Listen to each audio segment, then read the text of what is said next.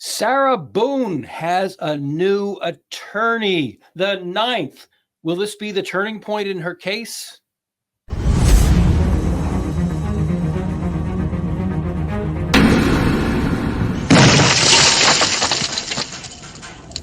Sarah, I can't breathe, babe.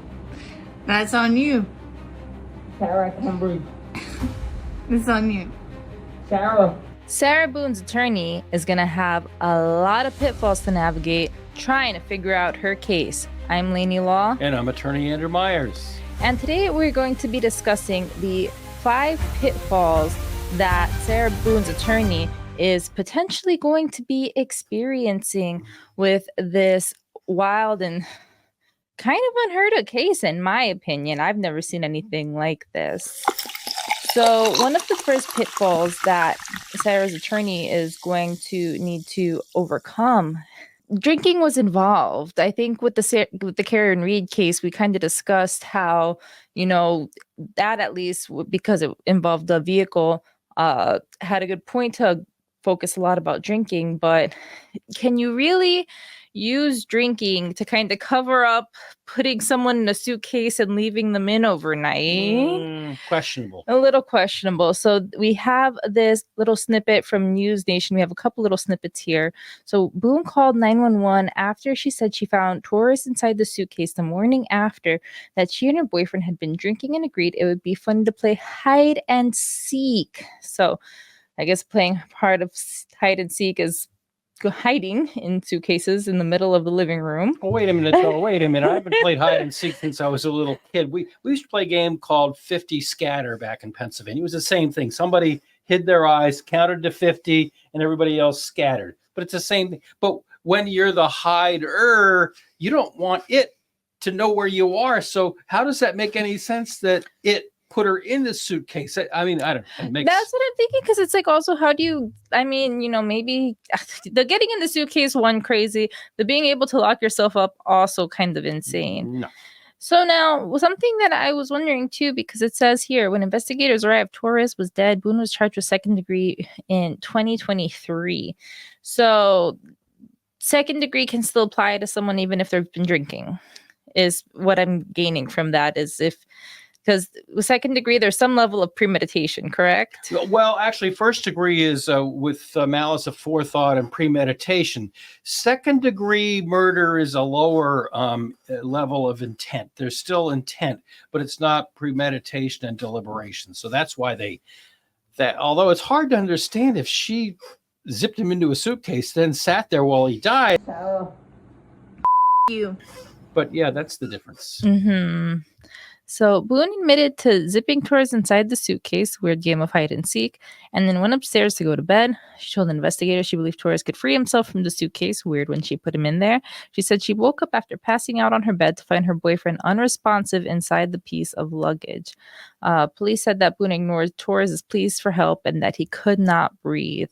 So drinking turned into a long game of hide and seek, where you're helping someone get into the suitcase while playing hide and seek.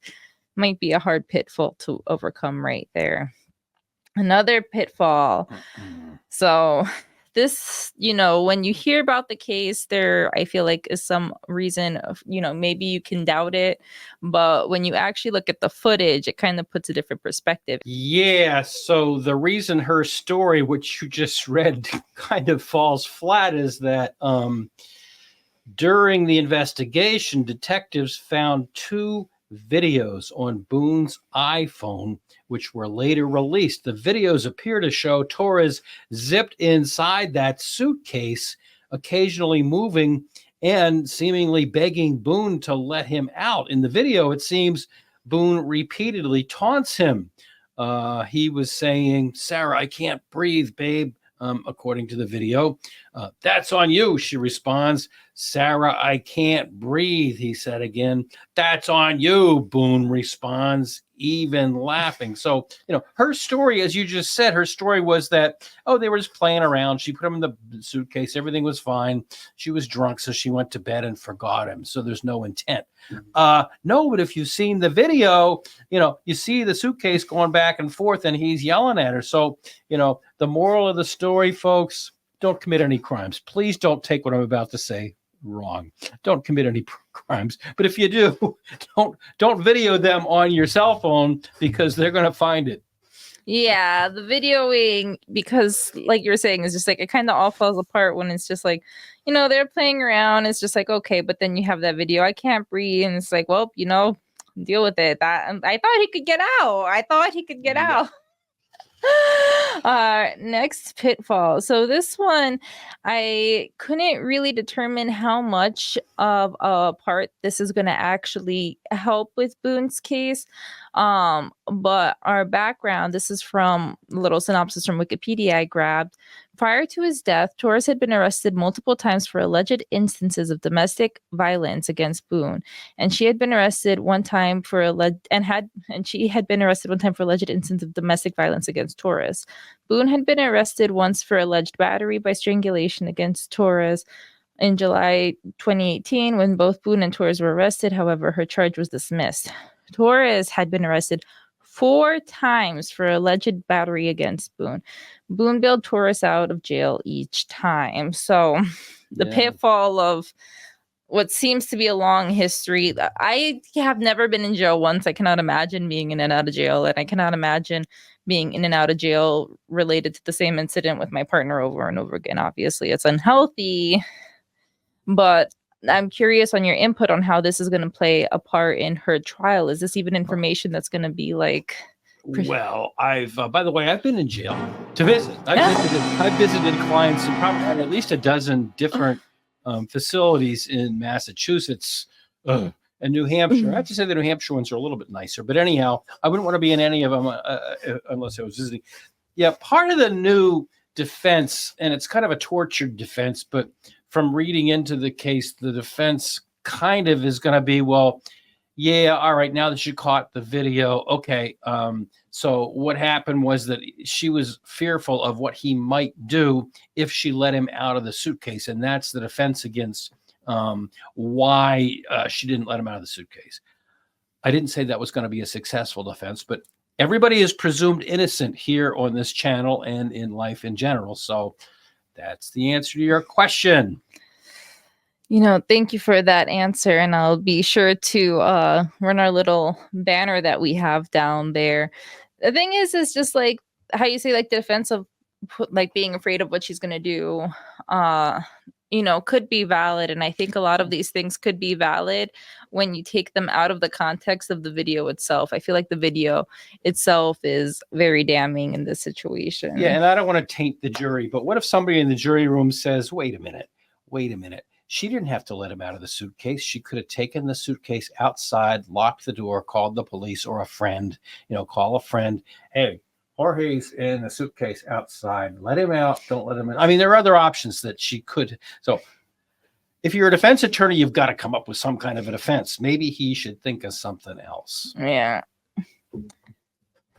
Now, another pitfall, and this is something that I did not actually know how it was going to play a part in her trial, because I'm assuming that the prosecution can't use this as evidence against her. But she has gone through at least 8 lawyers, many of them appointed by the court. Several lawyers asked to withdraw from the case, citing differences with Boone, among other concerns. At least one withdrew to a conflict of interest. Judge Kranick eventually ruled that Boone had forfeited her right to additional court-appointed defense attorneys and that she would have to represent herself at trial or hire a private attorney. So this is a lot. I guess I'm wondering, because I don't really think that this is going to be something that gets to the jury. Presumably, they're not going to be able to use this really in court. It's just the judges may have bias at this point. I don't think this part of the pretrial procedure is going to get to the jury. It would seem to me to be highly prejudicial. So yeah, no. I'm just gonna come right out and say no. That's not going to get to the jury. Do you think that the judge is going to be able? Because you mentioned the highly prejudicial. The judge has been dealing with this for a while now. Do you think that this is going to impact how the judge thinks about it, or do you think he's going to kind of be able to put it aside? Oh, I've watched the judge. I've watched some of the hearings live on YouTube, and he seems like a pretty fair guy. He gives her time. He bends over backwards, giving her time. And so, no, I think I think he'll do a pretty good job. Not too bad of a pitfall then. Now, this is a fun one. This is the number one pitfall, and this is actually what brought her attorney to her. And we had a little bit of a preamble off camera because I was telling Andrew, it's a little text heavy, but I think it's beautifully made. And Andrew's rebuttal to that was, they got a lot of time in prison when they're doing stuff. So, well, yeah, if you're sitting there all day, 24/7, you have a lot of time. I mean, they sleep and they have to, do dishes or whatever they have to do. But yeah, they have a lot of time, and apparently they have crayons and paper or whatever. Did you want me to read this? Because I think it's hilarious. Yeah, take a read at that. Okay. Inmate seeks attorney looking for a prosperous challenge. Ready for your close-up on national television? Are you zealous with a side of keen? Love it. Show the world who, and this is, bear in mind, she's looking for an attorney, and this is the ad that she puts out.